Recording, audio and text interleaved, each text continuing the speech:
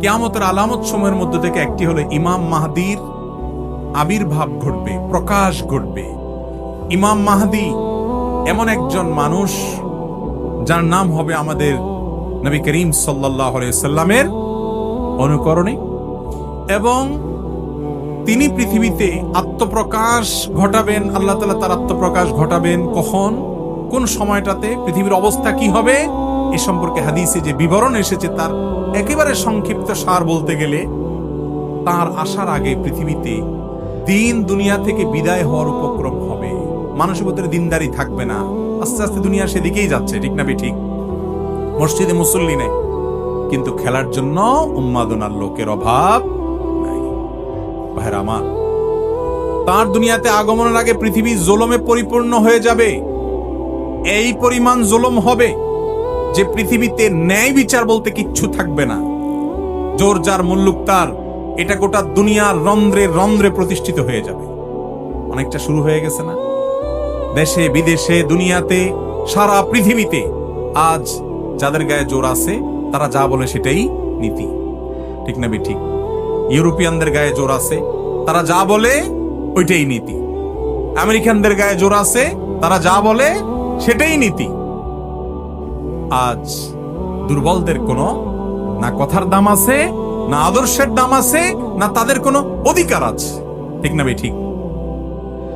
আমার এক বন্ধু, তিনি ডেনমার্কে থাকেন, আমাকে একবার বললেন, ভাই আমার কাছে অদ্ভুত লাগে যেই তথাকথিত উন্নত বিশ্বের মানুষেরা আমাদেরকে সবক শিখায়, মানবতা শিখায়, আদর্শ শিখায়, তারা আমাদের চাইতে অনেক উন্নত, আমাদেরকে শিক্ষিত বলে আমরা তাদেরকে মনে করি, এবং তাদেরকে অনেক ক্ষেত্রে আমাদের দেশের মানুষেরা অন্ধের মতো মানি যে তারা আদর্শবান, তারা সভ্য, তারা নাকি ভদ্র, তারা নাকি উন্নত।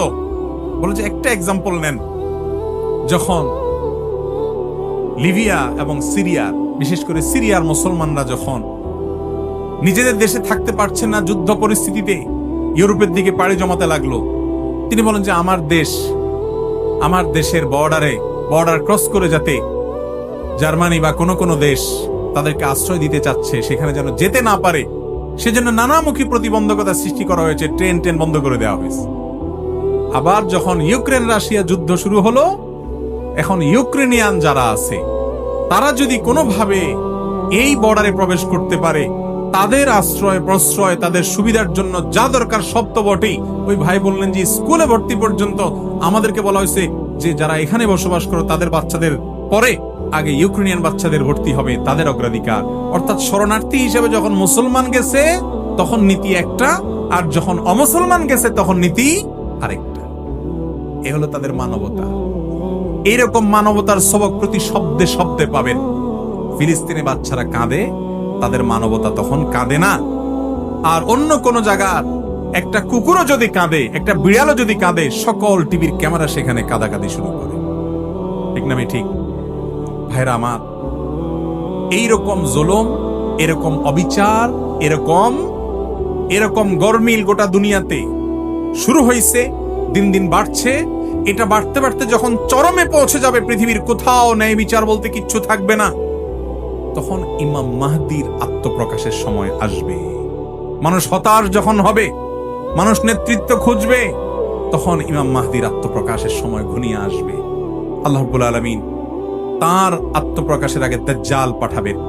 দাজ্জালের অত্যাচার অবিচার চলবে, তার ফিতনা চলবে, যে ফিতনায় পতিত হয়ে অনেকেই দাজ্জালকে আল্লাহ মনে করে ঈমান হারা হবে। অনেক জাঁকজমকপূর্ণ দুনিয়া হবে এবং অনেক চমক সে দেখাবে। আজ পৃথিবীতে বহু চমক দেখে আমাদের অনেক মুসলমানের সন্তান বেঈমান হচ্ছে কি হচ্ছে না? বিজ্ঞানের চমক দেখে, এই চমক দেখে, সেই চমক দেখে আল্লাহর বিরুদ্ধে দাঁড়ায় যায়, আল্লাহর ব্যাপারে সংশয় সৃষ্টি হয়ে যায়। নবী করিম সাল্লাল্লাহু আলাইহি সাল্লাম ভবিষ্যদ্বাণী করেছেন এগুলো হবে, এরকম পরিস্থিতি হবে। ভাইরা আমার, এমন কি দুর্ভিক্ষ দেখা দিবে কয়েক বছর, কোন বর্ণায় 3 বছরের কথা, কয়েক বছরের কথা বিভিন্ন বর্ণায় আসছে যে ইমাম মাহদির আত্মপ্রকাশের আগে পৃথিবীতে এরকম দুর্ভিক্ষ দেখা দিবে। এরপর আল্লাহ তাআলা ইমাম মাহদির আত্মপ্রকাশ ঘটাবেন, তিনি লড়াই করবেন দাজ্জাল এবং দাজ্জালিপনার বিরুদ্ধে, এবং আল্লাহ তাআলা তাকে এমন একটা শাসন দিবেন যে শাসনে আল্লাহর পক্ষ থেকে বারাকা আসছে, আসমান থেকে বারাকা আসছে, সবকিছুতে বরকত আছে। পৃথিবীতে আবার তিনি ইনসাফ এবং নিষ্ঠা দিয়ে পুরো পৃথিবীকে পরিপূর্ণ করবেন। ইমাম মাহদী আসবেন এবং তার আবির্ভাব হবে। বিভিন্ন হাদিস থেকে এটি সন্দেহের আলোকে সন্দেহাতীতভাবে এটি প্রমাণিত। অতএব আল্লাহ তাআলা আমাদের সকলকে ইমাম মাহদী আসা পর্যন্ত যদি আমরা বেঁচে থাকি তার কাতারে শামিল হওয়ার তৌফিক দান।